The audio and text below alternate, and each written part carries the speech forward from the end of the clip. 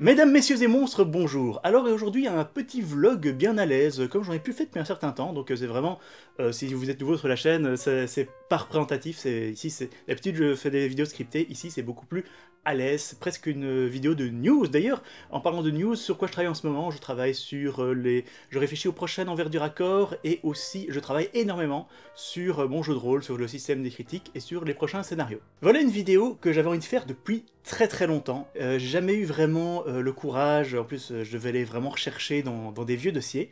Je vais vous parler de la première chose que j'ai fait sur internet dans l'objectif un petit peu de me faire connaître, de partager ma passion. La première fois où j'ai voulu partager une passion sur internet, c'était sous forme de bande dessinée. On remonte à 2009, donc ça fait quand même 8 ans, oui, voilà, 8 ans, 8 avec un T à la fin, où il y a 8 ans, j'ai commencé, ça faisait longtemps que je dessinais plus beaucoup. À l'époque, en 2009, je dessinais plus des masses, alors que j'ai eu une grosse passion pour le dessin pendant un temps, et ça m'embêtait un petit peu, et donc j'ai décidé de me remettre au dessin, et pour ça, j'ai trouvé que le meilleur cadre pour m'entraîner, en fait, c'était de faire une bande dessinée. Et donc j'ai fait un morceau de bande dessinée, donc je vous préviens à l'avance, c'est loin d'être fini, il n'y a que quelques pages. Pour être exact, il y a 33 demi-pages aux improbables aventures de Raoul et de son chien, vu que c'est le titre de la bande dessinée. Je vous ai expliqué un petit peu pourquoi ça s'appelle comme ça, pourquoi ça s'appelle Raoul, et en fait j'ai beaucoup réfléchi à ce que j'allais vous dire dans cette vidéo, à quel point j'allais vous révéler ce qui n'est pas présent dans la bande dessinée. Et après réflexion, je me suis dit, vous voyez bien que j'ai des projets dans tous les sens, et que je vous présente, je vous dis, ouais voilà, j'ai 10 projets de vidéos, de trucs, de bidules, de jeux, etc. Et sur ces 10 projets, je vais en faire un. Donc je vais pas rajouter l'idée de cette BD que j'ai abandonnée depuis des années, en disant, oui, je la continuerai plus tard, parce que c'est probablement faux. Probablement que ça n'ira jamais plus loin que ça, et c'est pour ça qu'en fait, je vais vous raconter tout ce que j'avais préparé pour cette BD. Un de mes buts aussi dans cette vidéo, c'est de vous présenter, pour ceux qui n'y connaîtraient absolument rien en scénario, parce que pour ceux qui s'y connaissent un tout petit peu en écriture de scénario, c'est quelque chose qu'ils connaissent, mais je voulais simplement vous présenter le concept du setup, enfin, ou plutôt explorer le concept du setup, c'est-à-dire préparer, mettre des éléments dans votre histoire qui vont revenir plus tard. Alors, premièrement, qu'est-ce que c'est que les improbables aventures de Raoul et de son chien? Donc c'est une bande dessinée vraiment plutôt orientée enfant, enfin plutôt vraiment enfantine. J'ai 3 grandes inspirations pour cette bande dessinée quand je me suis lancé. Déjà, de manière évidente, et c'est dit quasiment mot pour mot au début de la bande dessinée, Alice au Pays des Merveilles. Je voulais l'histoire d'un personnage qui tombe dans un monde imaginaire. Donc ça, c'était très clair. Ensuite, une autre de mes inspirations, qui est plus une motivation qu'une inspiration, c'est Lapino et les carottes de Patagonie. Parce que donc, Lévi Stronheim, il a commencé avec cette bande dessinée qu'il écrivait quasiment à la case, sans vraiment réfléchir. Et ce que j'ai adoré, c'est quand on lit Lapino et les carottes de Patagonie, c'est on sent qu'au début, il pense 3 cases à l'avance. Puis après, il pense 10 cases à l'avance. Et au fur et à mesure qu'on avance dans l'histoire, on sent qu'il pense 5 pages à l'avance. Puis après, il va penser 15 pages à l'avance. Et on sent vraiment comment l'histoire se crée, comment il développe les personnages. Et je voulais faire ça. Je voulais avoir une histoire qui commence assez simple et qui, au fur et à mesure, s'étende et fasse vraiment une histoire très touffue, peut-être même avec des personnages qui partent dans leurs propres aventures, etc.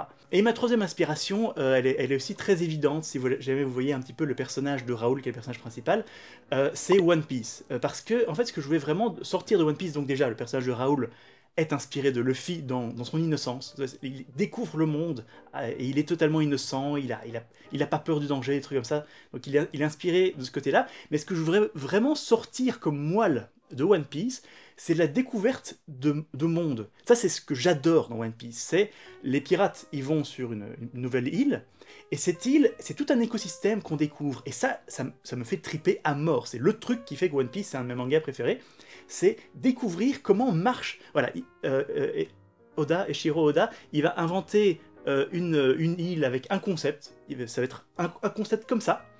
Et en fait, il va se dire, à partir de ce concept, comment se développe toute la vie et toutes les personnes et toute la civilisation sur cette île. Et ça, j'adore, et je voulais rendre la même chose. Donc de quoi ça parle? Donc c'est les improbables aventures de Raoul et de son chien, c'est l'histoire d'un petit garçon qui tombe dans une fourmilière géante. Et donc depuis cette fourmilière géante, il tombe dans les sous-sols et il tombe sur des gnomes.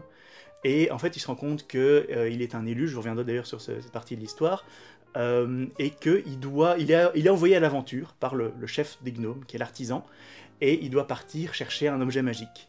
Donc c'est assez classique comme histoire, mais je suis quand même, après l'avoir relu, je suis assez content des points que j'ai réussi à mettre sur justement cette civilisation des gnomes. Vous voyez qu'il y a des tensions politiques en fait, il y a des histoires, comment ils naissent pas, il n'y a pas de femmes chez les gnomes, des trucs comme ça.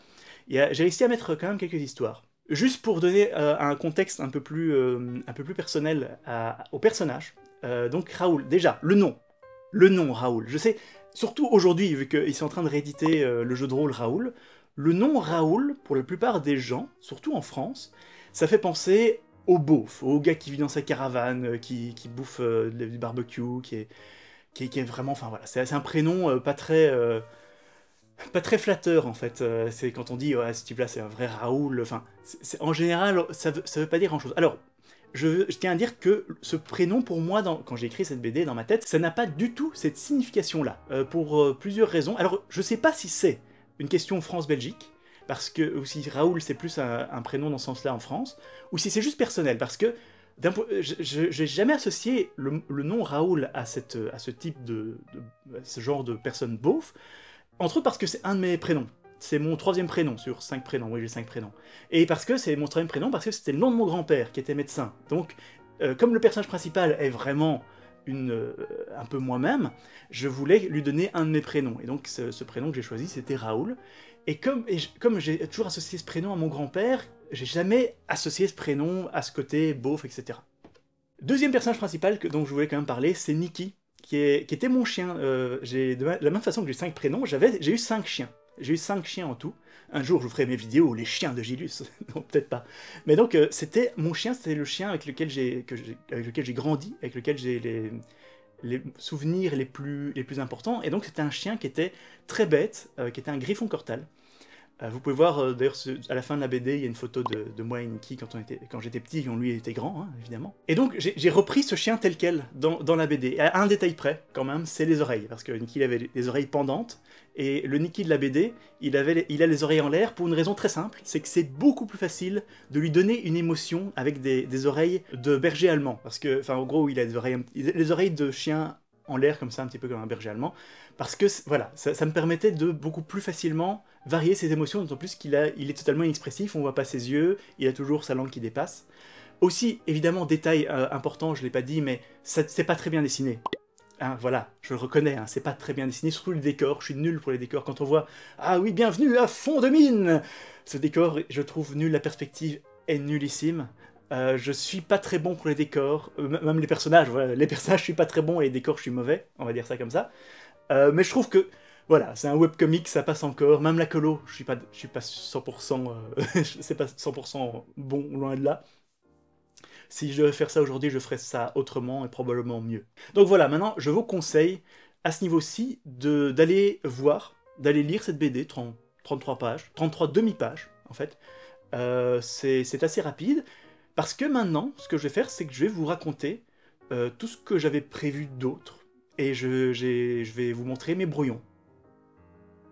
Donc, allez lire la BD. Oui, arrêtez la vidéo, allez lire la BD. Maintenant, il y a le lien dans la description, évidemment. Ben enfin, vous allez pas comprendre la suite si vous n'allez pas la lire. Bon, on va dire que c'est fait. Donc déjà, voyons quelques brouillons au passage, vite fait. Enfin, vous voyez ici quelques-uns des dessins que j'avais fait en préparation pour les personnages, les différents costumes. Il y avait aussi des scènes qui étaient prévues, par exemple, là je vous montre une scène où Nikki était censé manger un champignon et courir comme un malade au travers des tunnels. Ça devait être un moment où ils étaient en danger, où ils étaient avec le seigneur Strige, et donc il devait s'enfuir avec Nikki qui mange les champignons, et il part à toute vitesse avec Raoul qui est accroché comme ça, avec son bras vraiment comme Luffy en fait, son bras en caoutchouc. Alors je vais vous donner 2 designs qui ne sont jamais apparus dans la bande dessinée, qui sont des personnages, enfin des choses qui étaient prévues. Donc déjà il y a l'hydre sans tête, vous voyez que le dessin a vraiment, enfin le crayon a complètement été un petit peu gommé, donc j'essaie de vous le montrer aussi bien que possible, mais l'hydre sans tête, C'était censé être une hydre, enfin, donc un espèce de dragon, sans tête évidemment, donc avec son corps était une énorme bouche avec plusieurs yeux comme ça. Et ça devait être un petit peu l'un des combats finaux de la première partie. Parce que oui, voilà, en fait la suite de l'histoire, ça n'est pas du tout avec les gnomes. Les gnomes, c'est le premier monde. On regarde du côté One Piece, les gnomes c'est la première île. Et en fait, ce qui devait vraiment changer ça, c'est l'outil de la création. Et donc l'outil de la création, je vous le montre là. Et l'outil de la création, c'est quoi? C'est un distributeur PES. C'était ça. L'outil de la création, ça devait être un espèce de distributeur PES magique, mais qui est ultime, qui est l'outil qui a créé l'univers. Alors, quelques-uns des éléments que j'avais préparés dans cette BD qui devaient apparaître après, donc évidemment le seigneur Strige, il y a la reine des fourmis qui devait arriver dans la 3e aventure, et il y a Darius Jar, donc lui je reviendrai dessus plus tard, qui est un héros dont je parle. Et en fait, on devait parler de Darius Jar dans chaque aventure. Chaque aventure, il devait parler du héros Darius Jar.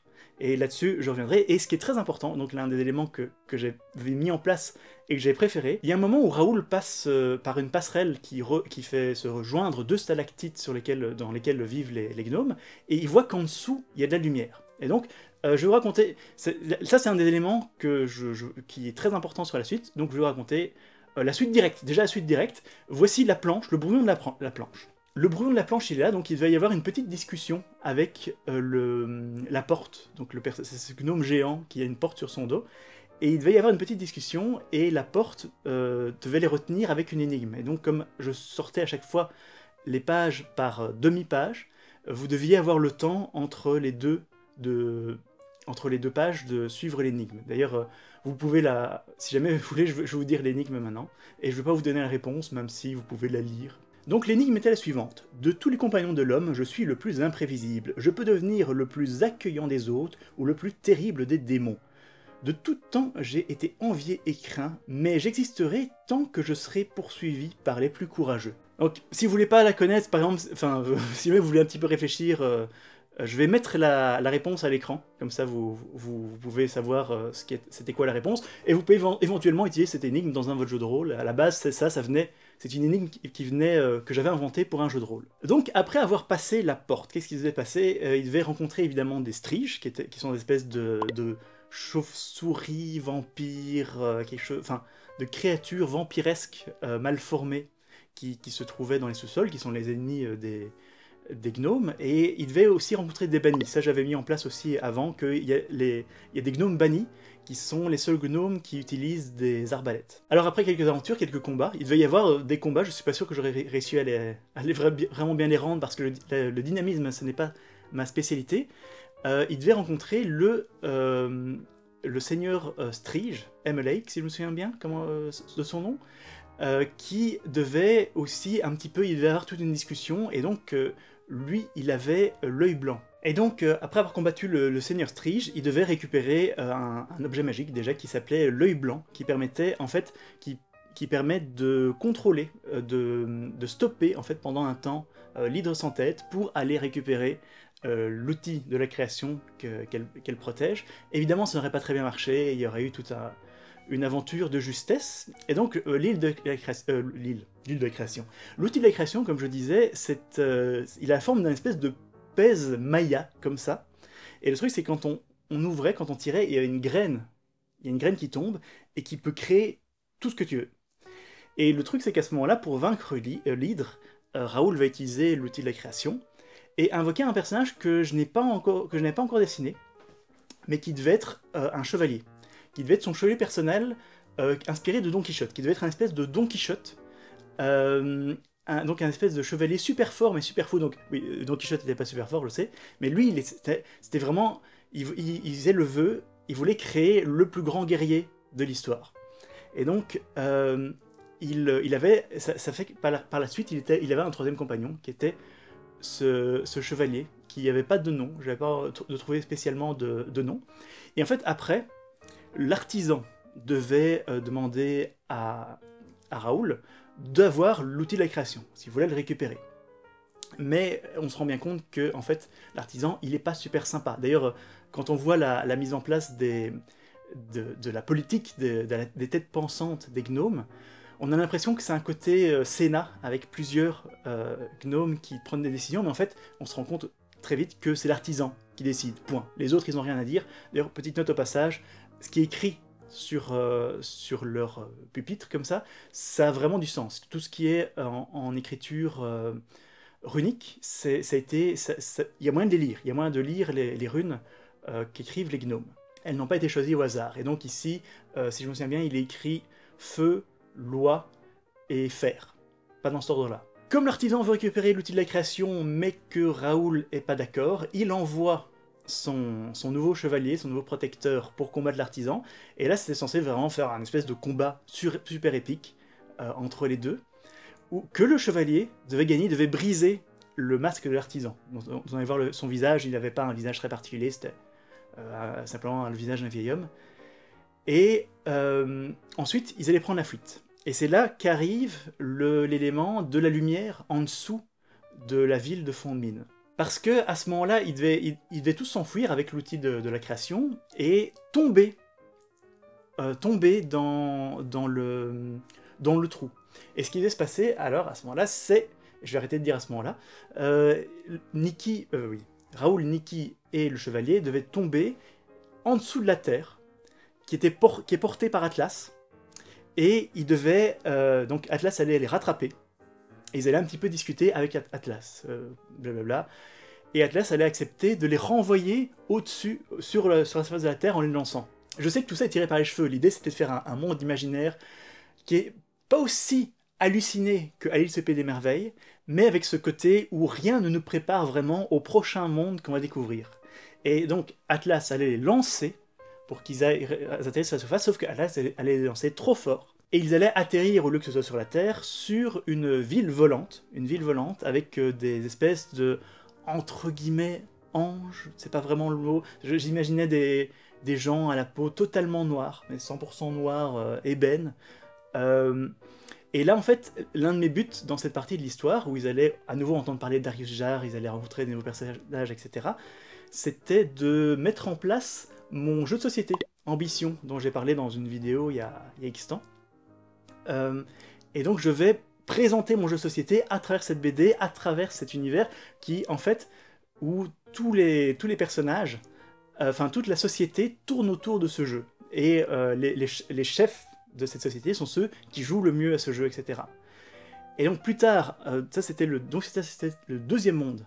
Ensuite, ils devaient retomber sur Terre, et en fait, ils devaient rencontrer la Reine des Fourmis. Ça aussi, j'avais mis en place. Donc il y a un côté de la Reine des Fourmis, et la Reine des Fourmis, elle devait être un petit peu... elle devait être très humanoïde, en fait. Ça devait être une espèce de femme, il devait y avoir un côté un petit peu séduction. Et après, plus tard, il devait arriver dans un nouveau monde où il devait rencontrer Darius Jar.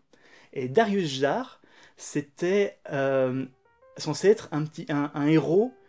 En fait, ça devait être un personnage complètement foireux, super chanceux, qui, on l'appelle un héros, mais en fait, il était juste là au bon moment. C'était vraiment un personnage qui ne méritait pas du tout son titre de héros. Un petit peu, j'ai envie de dire un peu à la Zab Brannigan. C'est un personnage très... Darius Jar devait être un personnage très hautain, mais qui en fait était vraiment un con qui ne méritait absolument pas sa réputation.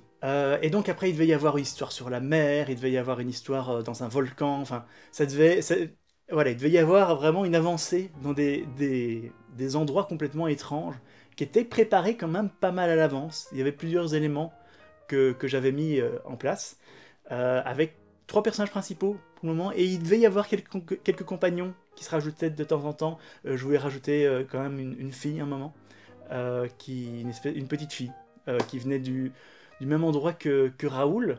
D'ailleurs, anecdote, au début, Raoul, à la base, quand j'avais dessiné le brouillon de la première case, il devait y avoir la mère de Raoul qui lui dit quelque chose. Et donc j'ai préféré enlever ce moment ce dialogue, parce que je voulais qu'on sache pas d'où viennent Raoul. Est-ce qu'il a des parents? Est-ce que son monde est normal? Ça, c'est une grande question.